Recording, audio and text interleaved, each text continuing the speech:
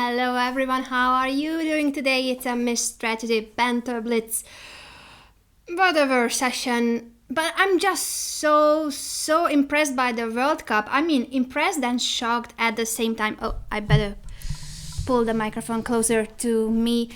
Let me know in the chat what do you think about the World Cup so far, because there have been so many upsets. Of course, I'm happy for many players, including Peter Svidler in the quarterfinals and Richard Rapport, my compatriot, also qualified. Levon Aronian is there as well, and so many other great players that I appreciate. But other favorites of mine are out, and that is just so incredible, including Magnus Carlsen, Vladimir Kramnik, Anish Giri. So many superstars had to leave, Fabiano Caruana, and so on and so on. I could list all those names. It's just incredible, isn't it? Ivanchuk, on the other hand, is on fire. He eliminated both Kramnik and Anish Giri. Who are you rooting for now that the field is almost gone? It's the quarterfinals tomorrow. And I would like to know who is your favorite. Who do you think will win? Maxim Vachilagrov is there, of course. Vasliso. And yeah, who will win? I'm not sure, but I know that it's exciting on the chessboard and outside the chessboard. Unfortunately, scandals here and there. You can also let me know your thoughts on the shorts gate and who is your pick to win the World Cup. Today it's Banter Blitz, and last week we did a different kind of a show. It was more educational. If you were here, you know that I played less games and I stopped after each and every game to actually, in a very detailed analysis, explain my thoughts and what I thought that could have happened in the game in order to teach you the most possible about those positions. Now, I asked you last time if you wanted this educational bit to continue or you prefer more games. And I have seen comments for both, but most of the people said that they would prefer more games and less instructions. So I have to go with that. Those of you who want to learn more from me, don't worry, because I have prepared something huge. My secret project was a couple of months project, and it's going to be out soon. Also, the news about it will be out in the coming days. So if you follow me on social media, you will know what I've been up to all these months, what I've been working on. It was such a secretive project. At the same time, I was revealing that it's something that will help you improve your chess. So if you want to learn more from me, the Banter Blitz shows won't do that. I mean, I will try to be instructive, but I'll play more games. I'll just speak during the games and after the game briefly go through the game. But those of you who want actual lessons from me, big news are coming very soon. So let's get a chessboard and say hi to everyone in the chat. I'm checking the tablet I have here right in front of me. Hello, Ocean Racer. Hello, Bramvon. Hello, Pesho. Hello, Olaf. Hi, all of you. Hi, Duke Crusher. Hi, Oliver. So happy that you guys are here. Loyal fans, once again, coming back each and every week. I appreciate it so much. Who will be my first opponent today? Now that is the question. Let's see. Let's go to chess24. If you don't know where I'm reading the chat, if you are new, just in case, then you should go to chess24.com. This is the website. You don't see the very top part of it, but it's chess24.com, literally this. And then you go to either watch shows, and there you click on my name, or you go to the play zone and you find me there. You should challenge me for 5-minute blitz games. And by the way, what you see right now on the screen is that Adiban will soon have a Banter Blitz session. So you shall challenge him as well. He's just such a fun person. I had the pleasure to meet him and we get on very well. So I'm looking forward to his Banter Blitz as well. But this is my one. I'm going to stop it, mute it, pause it, whatever I can do not to see myself. This is the chat I'm reading each and every week. And you can challenge me by clicking on the name under the video. 5-minute blitz games, premium members always get priority. And before we begin the first game of today, make sure that you also check out the World Cup recaps by my lovely colleague Sapiko Guramishvili. So if you have missed what happened at the World Cup in Tbilisi, she recaps every round of the World Cup. So every 3 days there's a recap, every 3-4 days. let's go to the chat, and here first of all, the challenges. 13 challenges only? I'm not popular today. Let's see who hasn't challenged me yet among the premium members, first of all. Of course, I think one day, no, maybe a couple of days, I'll try to play again. I'll try to play against non-premiums as well, because I know that you also should get a chance, but there are just so many challenges. Believe me, there are too many. I wish I could just accept all of them. I think I need to do a banter-thon one day in 24 hours. Maybe I can accept all the challenges. Now, first of all, I shall make sure that you see the board correctly, because maybe not yet. Let me see. C4. Now, that's new in my Banter Blitz shows. I can't recall any English openings. Sometimes I play E5. Other times E6, D5, it depends what position I'm aiming for. Which one shall we go for today? Well, E5. I decided. So this is the English opening. I'm sure that you know about this. There are so many ways to approach it. This is one that's called 4 knights. Usually black plays D5. And after the capture on d5, knight takes, bishop g2. You shall be careful about this knight because it's gonna be hanging at some point. So in most cases you will play knight b6 immediately to avoid any kind of blunders. And then you simply develop bishop e7, castle, and you want to place the bishop on e6, the other bishop. You castle, bishop e6, f6. That's the usual setup. White wants to play b4, and you normally allow it, so it's not that big of a deal. Bishop e6, b4, and if I remember correctly, I can play there a5, and after b5, knight d4, and if this pawn is captured, then I have bishop b3. I haven't played this variation for ages, so I need to think. Or no, I think a5 was the move. I kind of feel like that was the move, but I need to make sure that after b5, knight d4, if you don't remember your lines, like right now I don't, then you should think, why is that move good or why is it not good? Is it good or not? I'll gamble. We are here to gamble because I think this was the line. Haven't played this for a year or two. And after b5, knight d4, knight takes e5. I still don't remember, but I pretend that I do. Let me know in the chat if you play this variation with either white or black. So normally this is the setup that black goes for, an f6. That's why I was wondering if we are playing the variation that I remembered. Now my opponent doesn't believe me, and that's what you should do. If you doubt that your opponent is sacrificing correctly, then capture it. If you don't see a refutation, go for it, and then the opponent should prove that he or she has something as compensation. So let's see what can we have as compensation after knight takes e5. Maybe nothing, but I hope that we have something. First of all, after knight d4, I'm aiming for moves like bishop b3 and knight c2 or knight b3. Also, if the knight captures on e5, a tempting move for me is bishop f6, because there will be so many hanging pieces on this long diagonal. If bishop f6, I don't think that the white knight can leave the e5 square. I think he will have to defend it. If after knight takes e5, bishop f6, okay, let's see, it's on the board actually. So I think he has to play f4, because if you move the knight, then there will be knight b3 at least winning the c3 knight or the a1 rook. Knight f3 is of course even worse, because I'll take it and then I take the knight. So since there are so many hanging pieces here, white has to keep this diagonal, the long diagonal, blocked. f4 I'm expecting, and there what shall I do? Oh, I know, after f4, f4 exposes the king.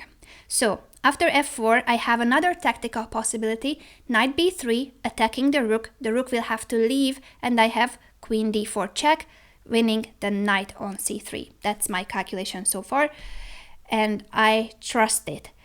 You see, sometimes even if you don't remember your openings, it's not the end of the world if you trust your intuition. And my intuition was telling me that with the knight on d4, I will be okay even with the pawn down, because white is undeveloped. White has still the bishop on c1, the rook on a1, and this hanging knight on c3 is many times the key for tactical motives. You see that after f4, knight b3 will win material. And that's what's gonna happen. So knight b3, okay, it's not that clear cut, of course, because, well, it should be not complicated, but I was going to tell you that maybe the best for white is to sacrifice the exchange. Bishop e3, avoiding the check on d4. I'll take on a1, queen takes a1. So it's an exchange up, but white has a knight and a pawn. I don't think that that position is that good for white, but at least you have the pair of bishops and this pawn hanging. Rook b1, ignoring my threat. Now, this was a bit surprising. This was surprising to me, because I was clearly playing for queen d4 check. Amando, what happened? Amando, I'm taking your knight. Amando! Yeah, you are taking on b3, but hey, I can take it too. Queen takes. I think this wasn't your plan. Alright. The game goes on, but I have a rook up.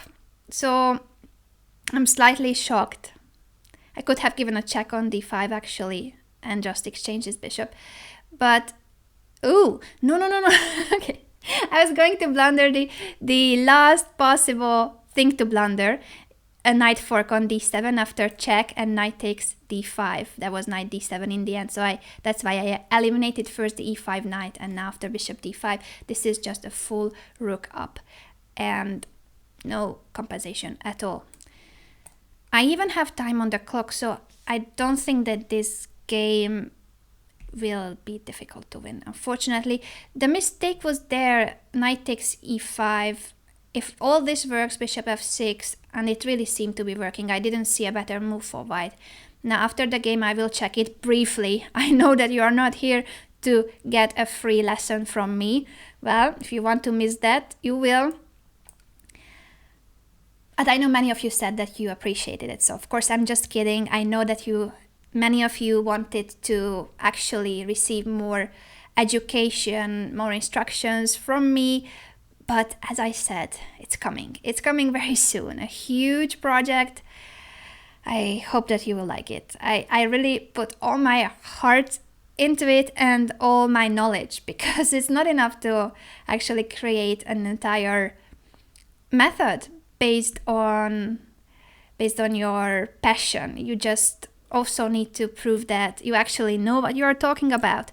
So what I'm talking about in this position is that I have a rook up, and I'm gonna take this guy to, okay, maybe I should slightly do something about these pawns, because d5, d6, d7, it's not possible, but that's really the only chance that white has. So I'm gonna make this. Do I make that ugly move? Nah, that's too ugly. I thought rook d5 is too ugly because white has e3, and what is my rook doing on d5? So I think sometimes the most difficult to do is to take the game seriously once you have so much material up. Now I'm going here because after e3 I want to play knight e4. I'm blocking everything. So it happens, not in this case I think, because I really don't see any danger in my position, but sometimes when you are a pawn up or you have a piece for some pawns, and you might be careless because you think that every move wins, and that's what you shouldn't do. Thank you, Amando, for the game. Thank you. So I was just telling you that sometimes when you have a winning position, whether it's material or you have a crucial attack, make sure that you still keep on playing the best moves, because you can give chances to the opponent if you think that any move wins. That's not the attitude. You should play the best move at each and every moment, even if you are lost, even if you are completely winning. Just keep on playing the best moves until the opponent resigns or you give mate. Thank you, Amando, for the game. I see in the chat that Amando told me thanks for the game. I just briefly want to go back very briefly to this moment after b4 a5. This is what I remembered, so I think I was correct that after b5 knight d4 it's not possible to take this pawn. I didn't remember why, but I could actually figure it out by looking at these pieces, all these hanging pieces. After bishop f6, I think white is in trouble. As I said, you cannot retreat the knight because this will be hanging after knight b3 or capturing the knight if knight f3. And after f4, the problem was knight b3, queen d4. Maybe then the only move is... No, it's not the only move. Bishop f4 doesn't work either because of g5. So I believe it's not possible to take the pawn on e5. And the variation, if I'm correct, goes like this. Knight takes, pawn takes, and here the knight should go. But I'm not even sure that I remember this variation correctly. I just knew that I have a position where it's a5, b5, knight d4. So you see, sometimes masters as well forget their openings, especially if you haven't had it on the board for a while, and then you need to trust your intuition. Thanks for the game. Let's see what are you guys saying in the chat, and I will go for the next challenge because this is what you asked for. This is the format that you preferred.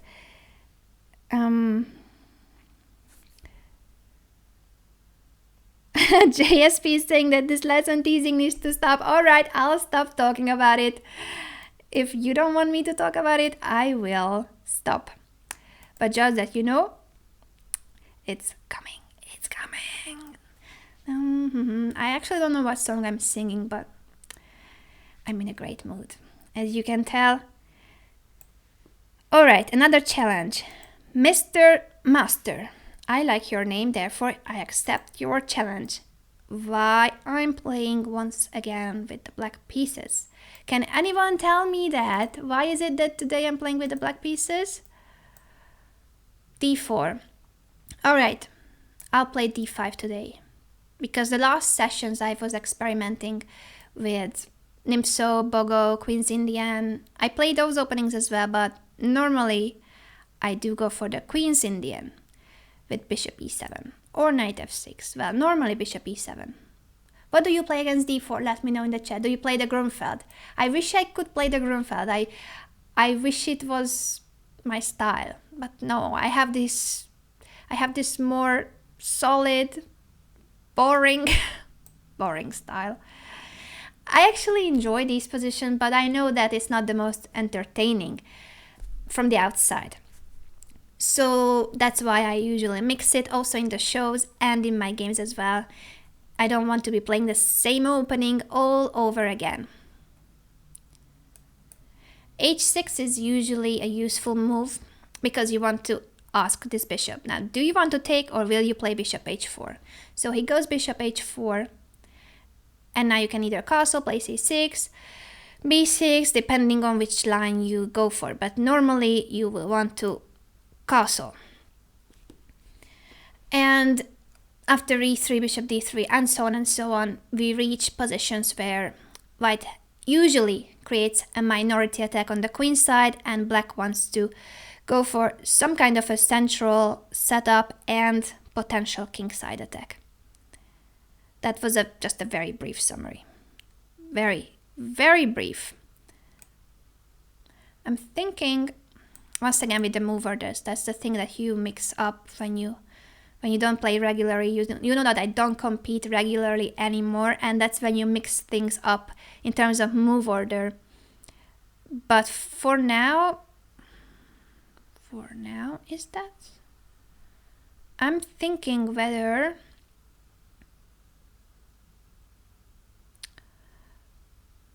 no, I think that's just bad. I was thinking whether I can change the move order, because of course bishop f5 is a move that I would love to play, but then queen b3 and the b7 pawn was in the air. It was going to be hanging. So I went for this more solid move. And now the end is not near, but it's my turn to make a move, to make a decent move. Knight d7, castle, knight e4. Well, it's not the best position in the world. I always feel like it's slightly better for white, no matter what you do as black. I mean, of course, if you play the best possible variation in any opening in general, you should be able to equalize. But it always feels like these solid positions have a tiny advantage for white. At least that half tempo which white has for starting earlier. And once again, I play openings where this bishop is ugly. You know that I play the French and now I have this bishop on the board. Once I solve the problem of the development of this bishop, I'll be much happier.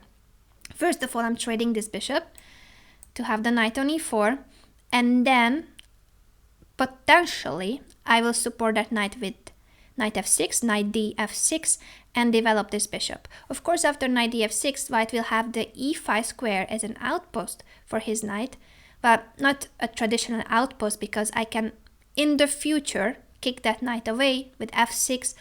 But if you have to play f6, it creates holes on the light square, so that's not very recommendable. That's what white is doing. I think that's smart, that he's waiting for me to play knight f6 and then he can go knight e5 and play f3 afterwards.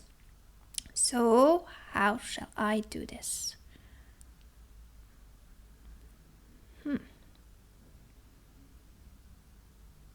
You know what? Shall I or shall I not? I usually don't go for these moves, but this is going to make it more interesting. f5. Now, it has pros and cons. Of course, I'm aiming to create attack on the king side, but the cons are that the e5 square is now weak forever. Now, this is the classical case of outpost. Once I jump away with my knight to f6, white will have knight e5, and I cannot chase that knight away. I will have to come back with the knight if I want to eliminate the e5 knight. And if I don't play knight f6, then how will I develop my pieces? That is the problem in this position. And white is smart, he's going for the minority attack, he wants to push b4, but with the rook on c1, I feel like I should go a5 and prevent b4. So normally white has the rook on b1 to support the b4 push, not on c1.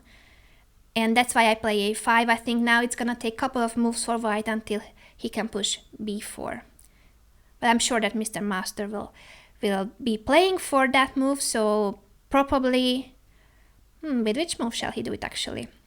Maybe first queen c2. Moving the knight away to e2. Could come to f4 in the future. Now if I go g5, that's gonna be not much me, like... It's gonna be Miss Tactics playing, not Miss Strategy. Well, maybe I have to do it. Maybe today I have to be someone else. Look at this. I'm gonna go crazy. This is not my kind of chess. This is for the show, guys. This is for the spectacle. I'm keen on making this position as exciting as possible so that you are not yawning at my solid, very traditional and boring position. So f5, g5, that's for you. You should know that. That is for you, guys. It can either turn out very well, I might go for some nice attack, or it can backfire completely.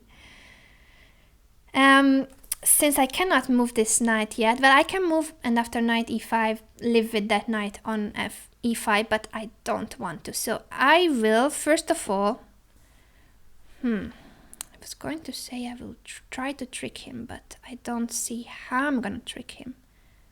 How can I trick white here? f4 is gonna take, and that's looking weird. And if g4, I will weaken the f4 square as well forever. I feel like this was not... Oh my, and I don't even have time. I feel like my attack is not very correct.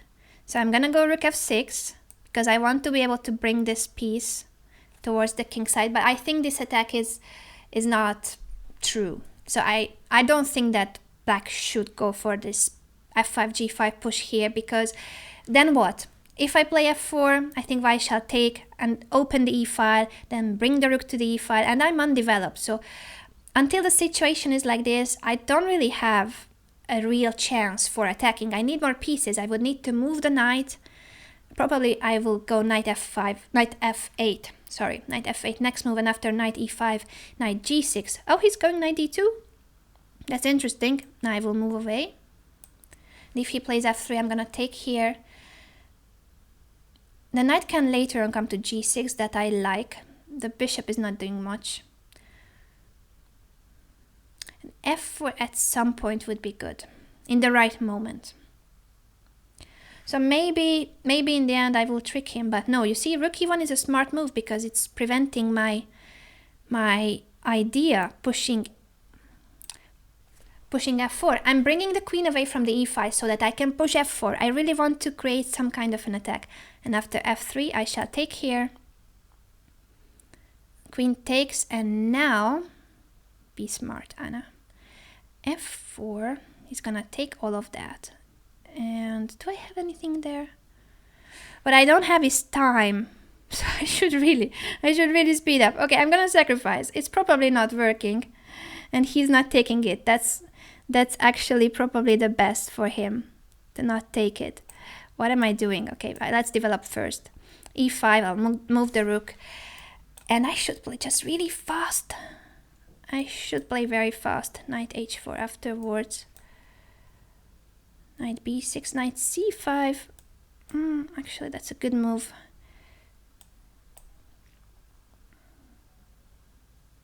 I wish I had time in this position because it's a very interesting position. So I wish we had more time. Both of us. Actually, we would both... Wow, an exchange sacrifice. Ooh, I almost blundered it back immediately. I wish we both had more time because it's such an interesting position. I think we would need more time in this position. Ooh, I blundered and I lost on time. Okay, now this was a very bad mouse technique. And in general, this position is complicated, so I think the exchange sacrifice was interesting. Of course, here I was not seeing anything anymore. To play with 2 seconds on the clock, and thank you, MrMaster, saying good game. You played very well. You definitely played very well because this was an inspiring exchange sacrifice. Here, of course, I was just not seeing anything anymore because knight g4 is clearly a threat. So after knight f2, I probably have to play h5, prevent knight g4, and then I should be fine. So white has a piece and a pawn for the exchange, but if we both had more time, this position should be better for black. I'm not sure how much better because I don't really have open files for my rooks. So white has this dangerous and protected passed pawn. So that gives counterplay, and if the knight comes back, I'm not sure that this knight d3, knight f2 was actually a good plan, but in a blitz game with only a few seconds on the clock, it worked. I probably would have preferred the knight where it is right now. It's a nice piece on c5, though the problem is that what do you do with it? Until the b7 pawn is protected and e6 is not a big deal, it's really not easy to improve the position. So I think, thinking of a blitz game, it was actually a good idea to sacrifice the exchange and then go for this knight maneuver because I completely stepped into it. Here my last chance of stepping out of the threats was king g7, and then I'm still fine. I just blundered knight f6 when my clock was completely running out of time. Good game, MrMaster. Before that, I think once again this g5 f5 is not convincing to me. I don't think that I have much here as an objective attack, but somehow the game got very interesting here. And what I wanted to do after f4, I was calculating the capture, and in this case you take the pawn. So if queen g5, I can pin this knight, but you still have g3 protecting the knight. This was one option, and the other option was after capture on f4, g4, I was mainly aiming for this because if you take, I thought that this pawn sacrifice was interesting. I can take back with the bishop and threaten bishop f3 or bishop h3. Probably it's not correct, but for a blitz game, I thought it was interesting. Anyway, very interesting game, and I shouldn't speak too much about the games because then we don't have time for more games. So let's go for a new challenge, and I will try to play faster because today I'm slow. I'm slow today. I see some questions. Hi, let me win. Hi, Abney. Hi to everyone here. I see you guys are talking about Dortmund. Giovanni was telling me that I was preparing for some boom, boom, boom, ratatatata, like Pepe. I wish I had a ratatatata moment in this game, but I ran out of time. And I think MrMaster played very well, so I don't think I had a real attacking chance. After the exchange sacrifice, I should be doing fine, but I was not using my time well, and then I just blundered the last move. Speaking of tournaments, next year, what am I saying? Next week there will be no show because I'm heading to the UK. I will play the Isle of Man. Today I can't pronounce anything, right?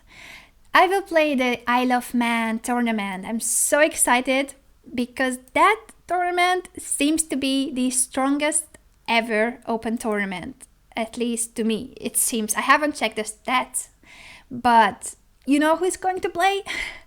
Mainly everyone who was knocked out of the World Cup. Everyone, including Magnus Carlsen. So imagine. Vishanan will be there. Hikaru Nakamura will be there. You should check the players list if you want to know who else will be there because it's going to be such a massive event. I can't wait. I can't wait to be there. I haven't played there before. I'm really looking forward to it. Okay, let's see who I'm picking now. I'll try to mix things up. Oh, Word 20. I know you. I know you. But did we play Banter Blitz? Or I know that you were always there in the chat and also at the MrStrategies middle game shows. But I don't know if we have played. Tell me, please, if we have played in the Banter Blitz because then maybe I shouldn't have chosen you. I don't know. I can't remember. You see that today I don't remember anything. I don't remember my openings. I'm white at least. Oh, the Scandinavian. I'm gonna take and play knight c3. Will you play queen a5, queen d6 or queen d8? Alright, queen a5. I like to play against the queen a5 variation of the Scandinavian with bishop c4 and d3. The main variation is with the pawn push to d4, but actually this is a very interesting sideline. If you want to play tricky, this is your chance. He knows, Word20 knows this variation because bishop g4 is one of the lines. You provoke f3. So this is why it's set up, what you see here. d3, bishop d2, queen e2, and it looks completely solid and harmless, but I'm actually threatening a knight jump right now. So he castled. Now, is it a move that prevents my threat or not? I can go knight d5 or knight b5. Those are the main knight jumps that I'm looking at. Knight b5, the queen barely has moves. Queen b6, bishop e3. Queen goes back to a5, check. c3, and then b4. Let's see. Or knight d5, the queen has to go, but then the queen can go to c5. Maybe there b4. This is a moment to think. So in a game, I would suggest that here you take your time to actually consider if you have a winning move already, or maybe you don't. Maybe not yet. Knight b5, queen b6. That looks so suspicious. That really looks suspicious. I don't trust this, Word20. This play. I don't think that your queen will be comfortable after knight b5. If queen b6, so my main candidate move was bishop e3, attacking the queen, but then queen a5 check, and bishop d2 coming back. I don't want that. After queen a5, I can go c3, threatening b4, or I can start with a4, threaten a5. That's very tempting actually. a5, a6, a4, a6, a5, queen c5. And if bishop e3, once again this check button, then I have c3. That's really a different story. Though black will have queen e5 in the end if I allow queen c5.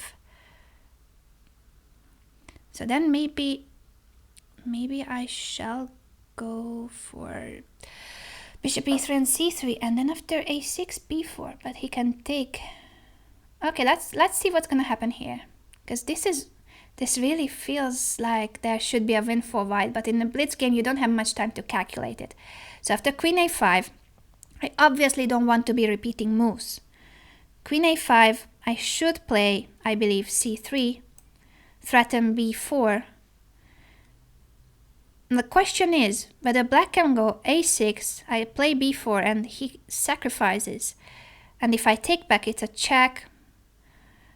Bishop d2, queen b2, bishop c3, queen takes, and then he takes my piece. So the point would be that if black can create a position where the queen is not hanging anymore, whoa. Now this cannot be, I'm sorry, but this cannot be good. Why b6? I'm going to play b4. You take. No, I'm sorry, but this is not the way to play. I'm gonna win your queen. This is painful. Word 20, I think that this is game over. Black only has a piece for the queen. Of course he will not resign, which is good. Maybe I shouldn't be that aggressive without castling. Okay, I'm gonna play queen f2, knight e2 first, but it was so tempting to push a4, a5. But what I'm telling my pupils, that is you guys, what I'm telling you each and every time is that before you go for some kind of an attack like a4, a5, castle first. Am I getting into trouble because I wanted to castle? No, I don't. But the e file, rook e8, I move the bishop and there's no trouble. Knight takes will be the threat, so rook e8, bishop d2, and that's it. But just make sure that you don't get into trouble. Just because I'm a queen up, it doesn't mean that I shouldn't play the best moves. And you do want all your pieces, so I will castle and then start an attack on the queen side. Word 20 is from Denmark. Oh, I love Denmark. I've been to Copenhagen. I played the Politiken Cup near Helsingør. And that was beautiful, actually. I took the bike every day. It was lovely. Playing a chess tournament in nature, being able to ride the bike every day, see the castle that inspired Shakespeare to write Hamlet. Beautiful. It was really beautiful. So I castled, and after castling, that's the moment when you can go for the attack. a4, a5. This is opposite side castling, but with a queen up for white. I did not teach this situation to you. I only taught you how to play opposite side castling. I did not take into account that sometimes it might be with a queen up. Okay, after a5 he wants to push b5. Therefore, first I will play c4. And this is hanging too, but I don't care much about pawns in this position, to be honest. He can take and then take on b4, but as long as the position is opening up, I don't care much about that.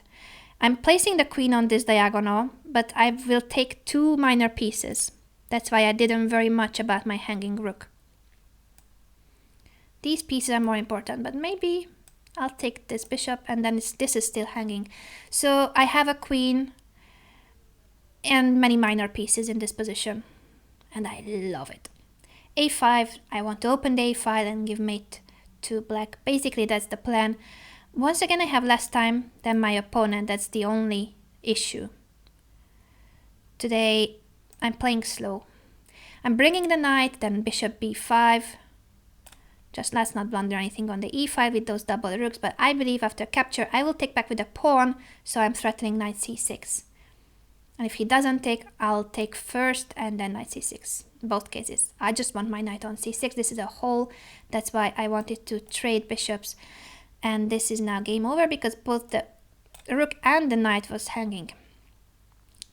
Unfortunately for word 20, everything is falling now. You're a fighter, you don't want to resign, do you?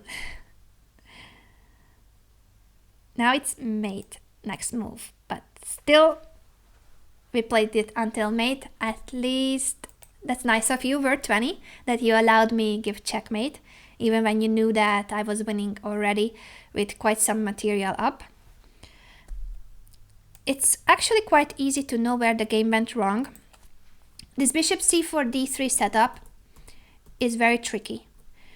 If you play like this, if you play bishop g4 f3, then you shall, I believe, give this check first before you retreat the bishop.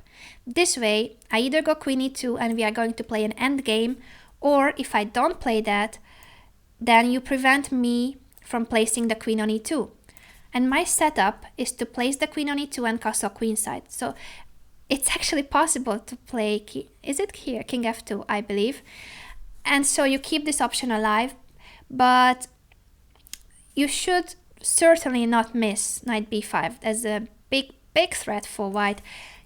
Mostly black plays with c6, so you can retreat with the queen to c7, because bishop d2, queen e2 and castle queenside is what white wants, and after bishop d2 already those knight jumps are so dangerous. So careful about this variation. Even if it looks solid, it's actually dangerous.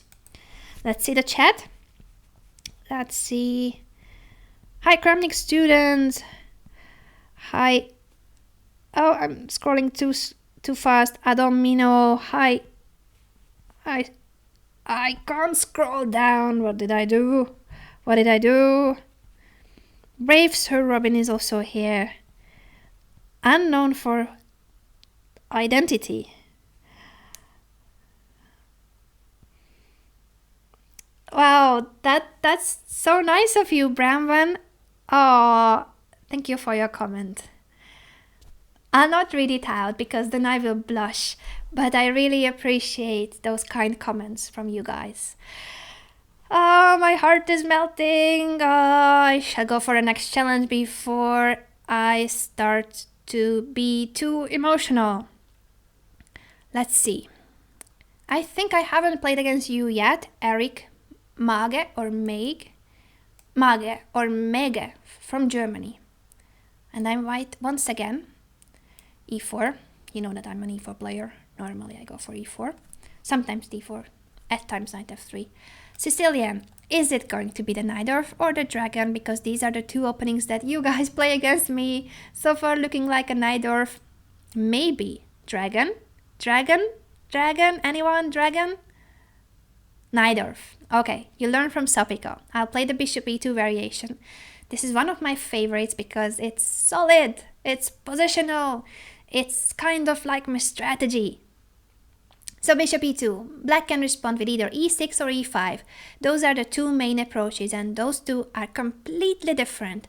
So it depends on your style if you want to play like this Scheveningen system, as Sopiko told me how to pronounce. I'm not sure that I did correctly, but this is the Scheveningen.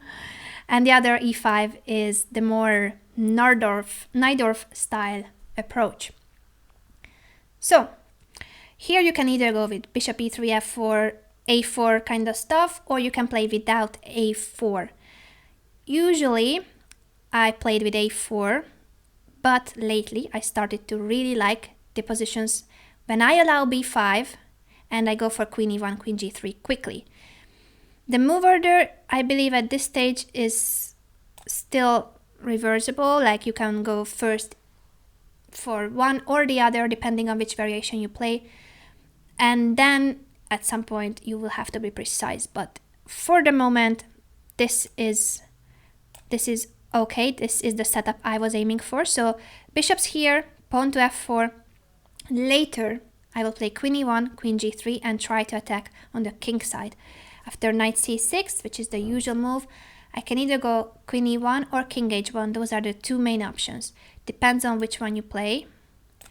One of them allows one alternative and the other another option for black. Usually this is how chess is, so every move has a pro and a disadvantage as well. Now I'm going for this quick queen g3, and normally what black does is to capture on d4 so that at least he can place the bishop on c6 or push b5. So b5 was not possible until this knight was hanging on c6. Maybe Erik played bishop d7 so that he can push b5 here. Or, yeah, I think he wants to play b5 without capturing. If not, why would you play bishop d7 first? You could have kept the bishop on c8, take on d4 and then b5, bishop b7. So he doesn't take on d4, he plays b5 immediately, threatening b4, and this pawn would be hanging. White has two main possibilities usually, either a3 immediately or you play bishop d3 or bishop f3. Now, since b4 will be a threat later on as well, I will play a3. And then you can decide whether you want the bishop on d3 or on f3.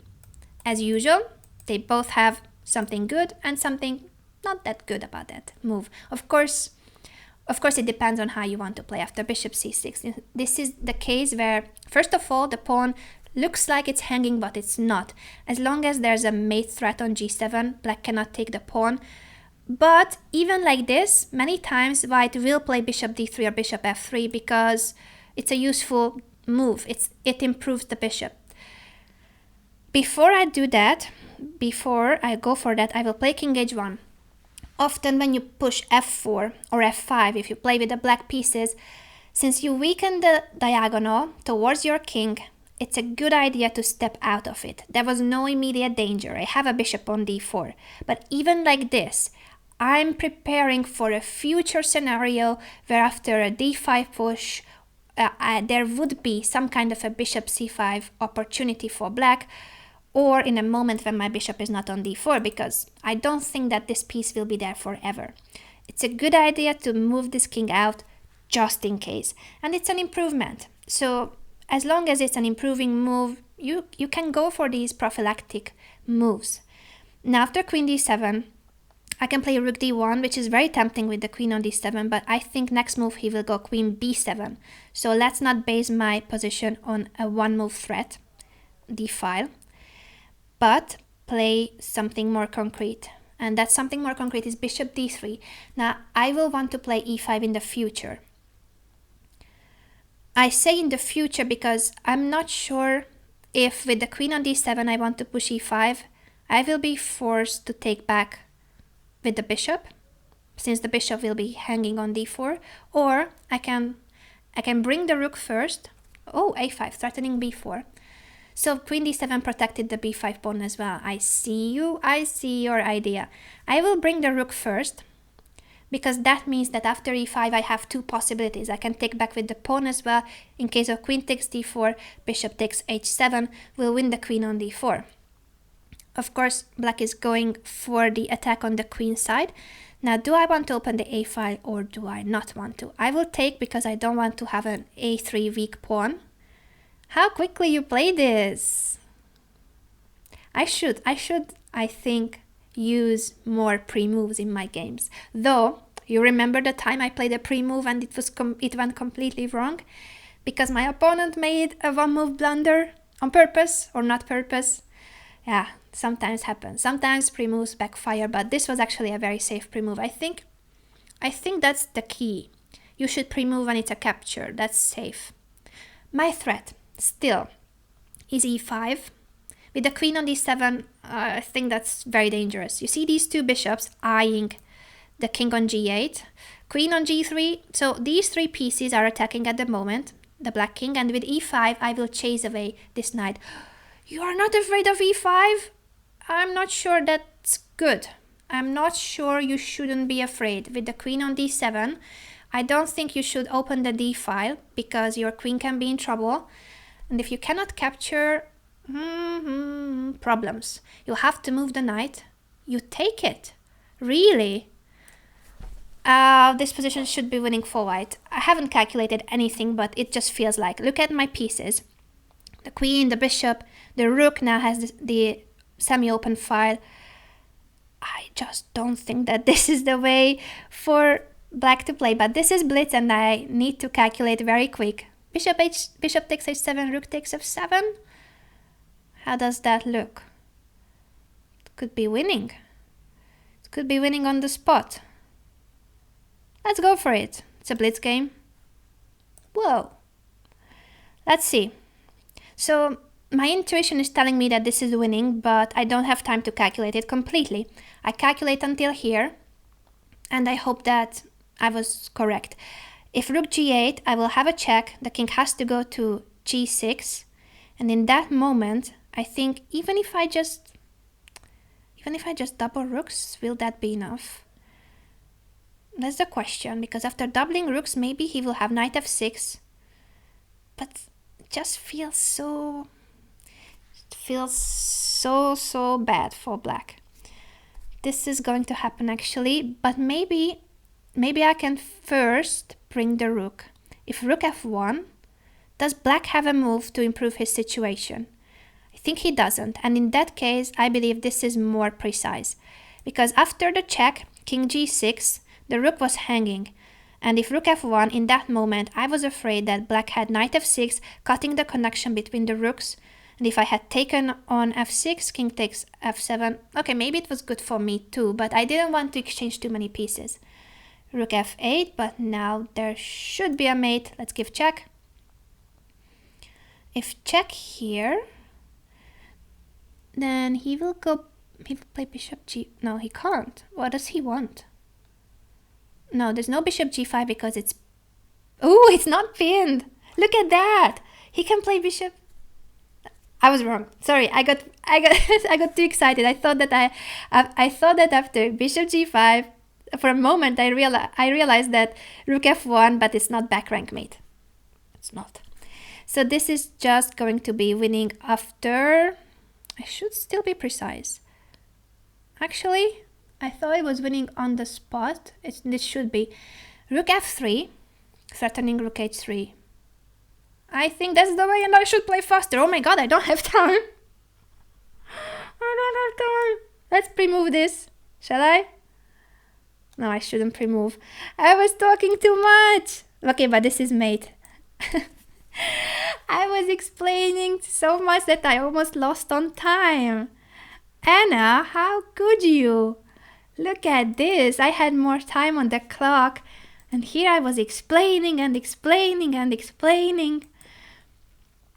Anyway, the conclusion from this game is that this variation against the Scheveningen system is dangerous if you don't know how to play against it. And I think queen d7 is not the best way. Usually you don't want your queen on the d file, or if you have placed it already on d7, I think you should drive it to b7.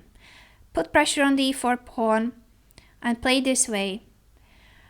And once I place the rook on d1, you should really move this queen away, because I'm clearly targeting that piece on d7. So just be more cautious about semi-open files. A rook on a semi-open file, the probability that I will push e5 was very high. So yeah, I think you should have moved the queen away. And after b4, still, this is the moment to move the queen away. I will go for e5 anyway, but maybe it's not that bad, or is it bad already? Normally what you will want to do, if you still have the rook on f8, at least the f7 pawn is protected, and you will want to somehow protect your king by playing knight h5 and g6. This could have still been a possibility, and you see that thanks to the bishop and the queen on the long diagonal, at least you also have some counter attack. The g2 pawn is also in the air if I move the queen away.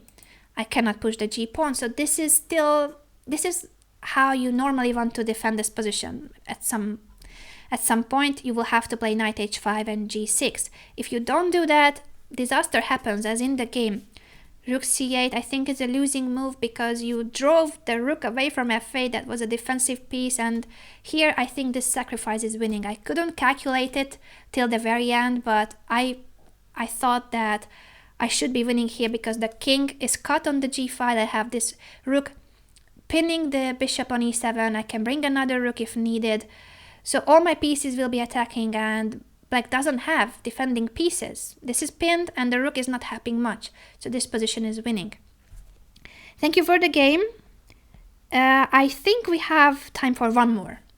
So let's play very quickly one more game and then I'll say goodbye. I was going to be here until 8, but I think I can stay a bit longer because today you guys were very nice. So I appreciate it, and that means that I will stay. And since I saw a very nice comment from Bramvan, I'm going to accept your challenge. I hope that this will actually motivate everybody else to be nice to me. Alright, d4.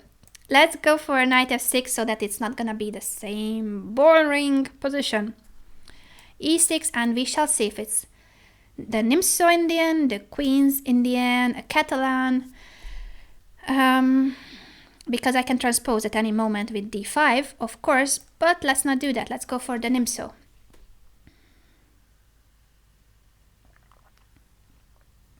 e3. I think that's one of the most popular against the Nimso nowadays, or in general. It's been around for a while. You can play him in many different ways, I'm sure you know that. And here after bishop d3, which is the normal move, black has also quite many possibilities. You either play with d5 or c5. Which one shall I go for? d5. I feel like d5 today.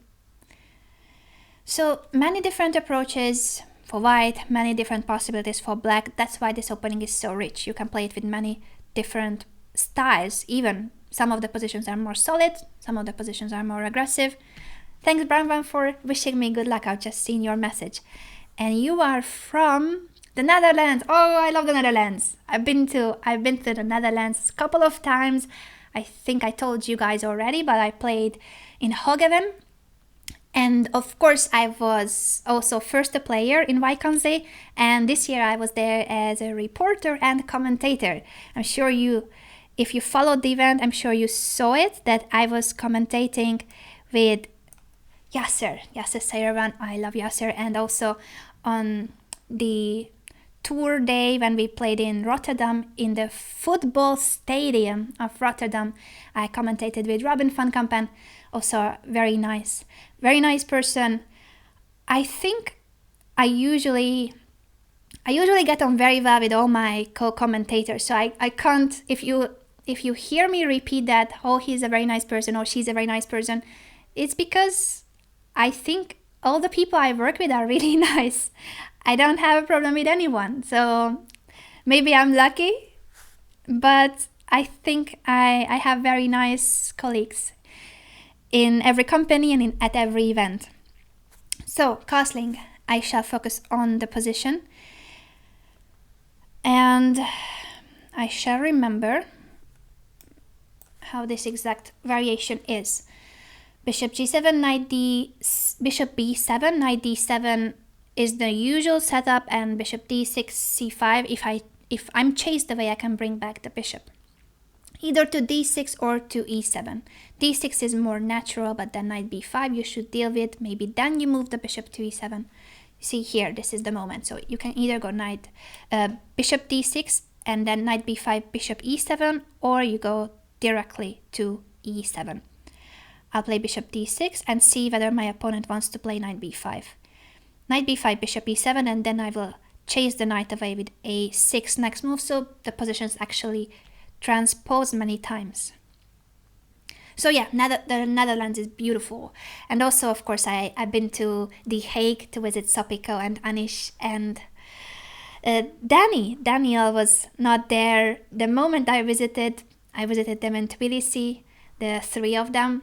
But in general, I love to be around wherever I can. I want to meet up with Sopiko, and of course now I want to see so much baby tactics. f3. That's slightly surprising to me since I still haven't taken on c4 or I haven't done anything in the center. And usually when the opponent plays f3, you will want to push c5 as black and open this diagonal so that there would be a weakness on e3. He clearly wants to push e4. So yeah, let's go for c5 right now before developing the knight, because this way I'm challenging his center. I'm not allowing e4 because yeah, if you push e4, there will be multiple trades. I can take on e4 and then on d4, or first on d4. But there will be no threat of a fork on e5. That's why c5 is a useful prophylactic move at the same time. Not just because I want you to take and have my bishop on c5, but I also prevent the plan of white, and that's important. King h1 is smart. This is like when you push f4.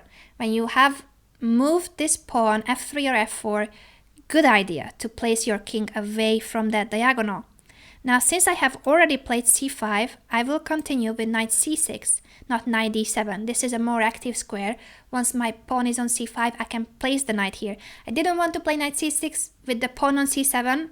That's important. If you want to challenge the center of white, you shall aim for c5, then knight c6, or you play knight d7 and then c5. But make sure you push the c pawn at some point of the game. And the situation in the center is quite tense. Nobody wants to capture. White doesn't want to take, and I don't want to take right now either, I believe. Because, for instance, if I take on d4, I'm opening up the diagonal for this bishop. I don't want my opponent to feel like I'm helping him. Even if his comments were very nice in the chat, I am still aiming to make the best moves and not be too nice on the board. You know that I try to be as instructive and nice in general in the shows, but on the board, I'm still a fighter without the headband. He takes, so he couldn't keep the tension. At some point, one of us would have taken. So this is the situation when you have so many pawns. We had these 4 pawns here in the center. After this capture, I wanted to take back with the pawn so that I still keep control of the e4 and the c4 squares. I think it's very important that you control the center. Both of us are actually aiming for that. Now, after this capture, I can take back with the bishop, which I was telling you that I was aiming for. That will be an isolated pawn position. I can decide to play this, or I can take back with the pawn, and that's a hanging pawn structure. I have actually covered both in my middle game shows. You probably know that. Which one shall I go for in this situation? With the pawn on f3 and the other on e3, I shall think which one is better right now. Which one is better here? I feel like it's better. I feel like it's better to take back with the pawn. Actually, it was also logical to go bishop c5, but I thought that b4, bishop b2 was going to help white. Knight b5, bishop e7, or bishop e5. If bishop e5, f4, but f4 is also a weakening move.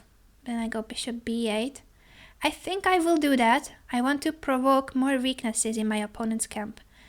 But after bishop e5, queen c2, this pawn will be hanging. Queen b6. Let's see. The main problem of white in this position is that this bishop cannot be developed easily.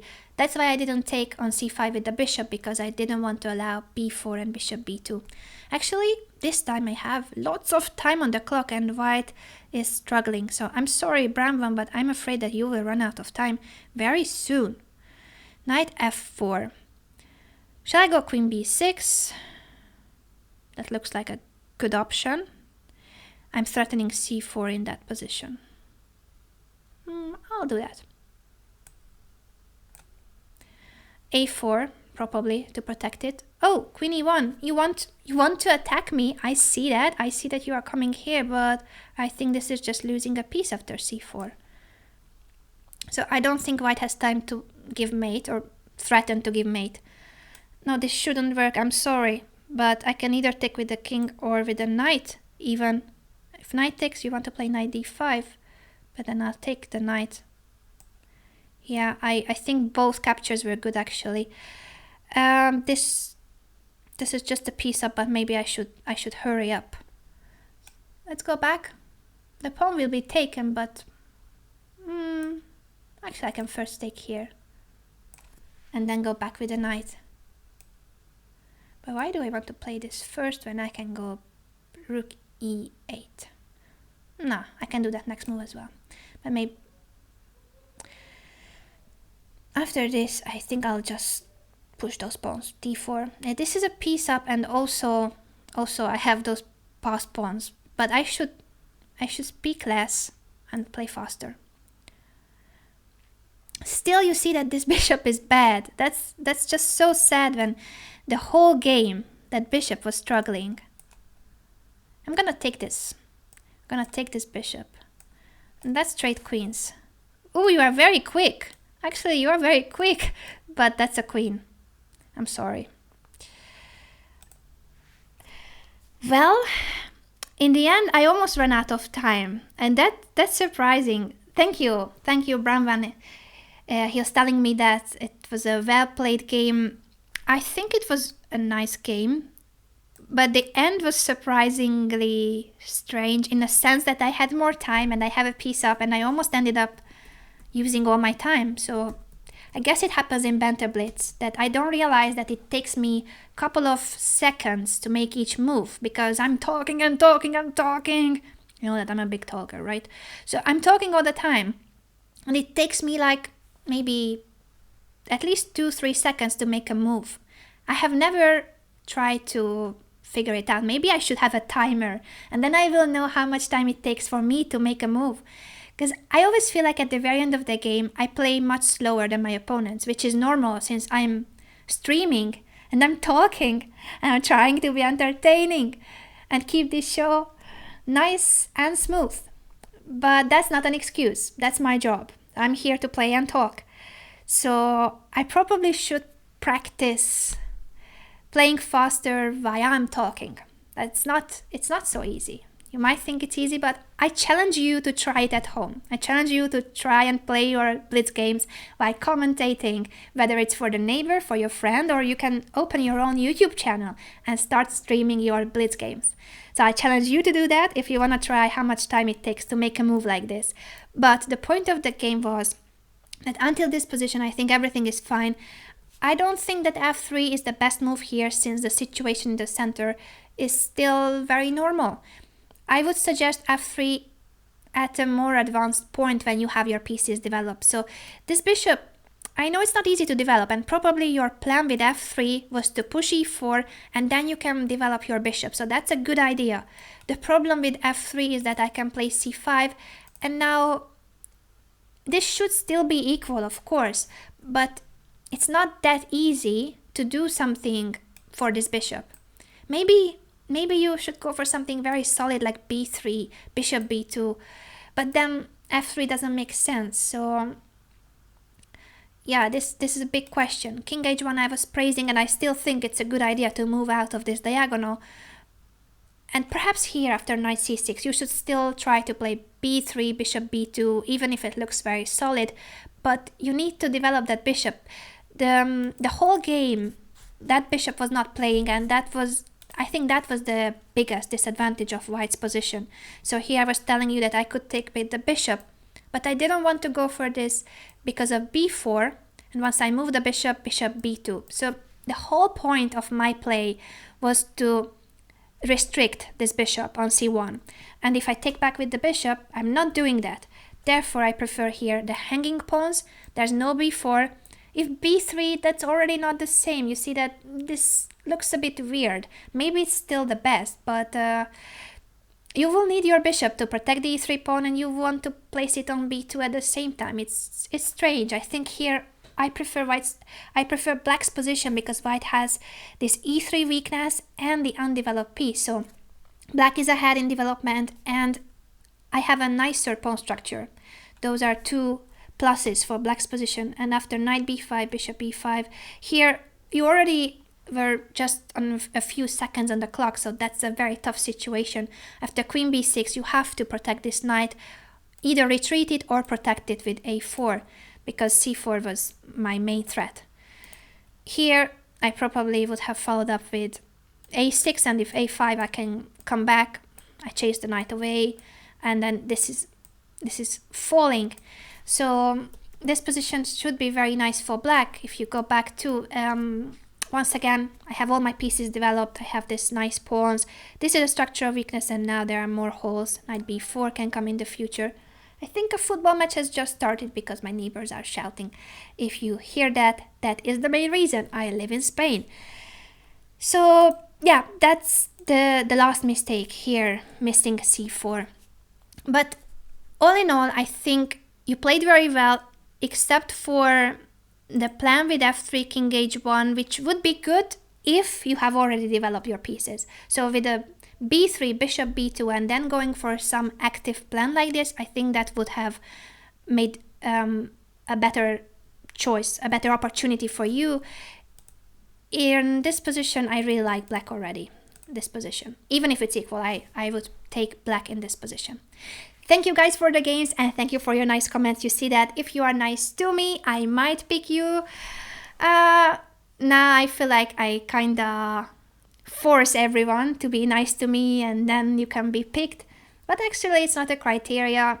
It just feels nice to be told nice things. I guess you would feel the same if you were praised about your work. But I do want you to be critical. So don't think that I want to be listening to empty lies. No, if you don't like my show or if you don't like something about my show, I'm always open to your recommendations, to your comments. If you want to criticize me, do that. I really appreciate both positive and negative feedback as long as both are made with respect. That's the only criterion I have. Respect. I respect you and I hope you respect me when you comment. This mainly goes to those of you on YouTube who sometimes behave like you were not humans. So that's all. To everybody else here on Chess24, have a lovely weekend. It's almost weekend. And cheer for Peter tomorrow in the World Cup. And of course to your favorite players, whether it's Chucky, whether it's Aronian, whether it's Wesley. So who is your favorite player? Let me know in the chat or in the comments in YouTube. And also any other thoughts on the World Cup. Who were your favorite players if they are out already? And who is going to win? Because I really don't know. I don't know who is going to win.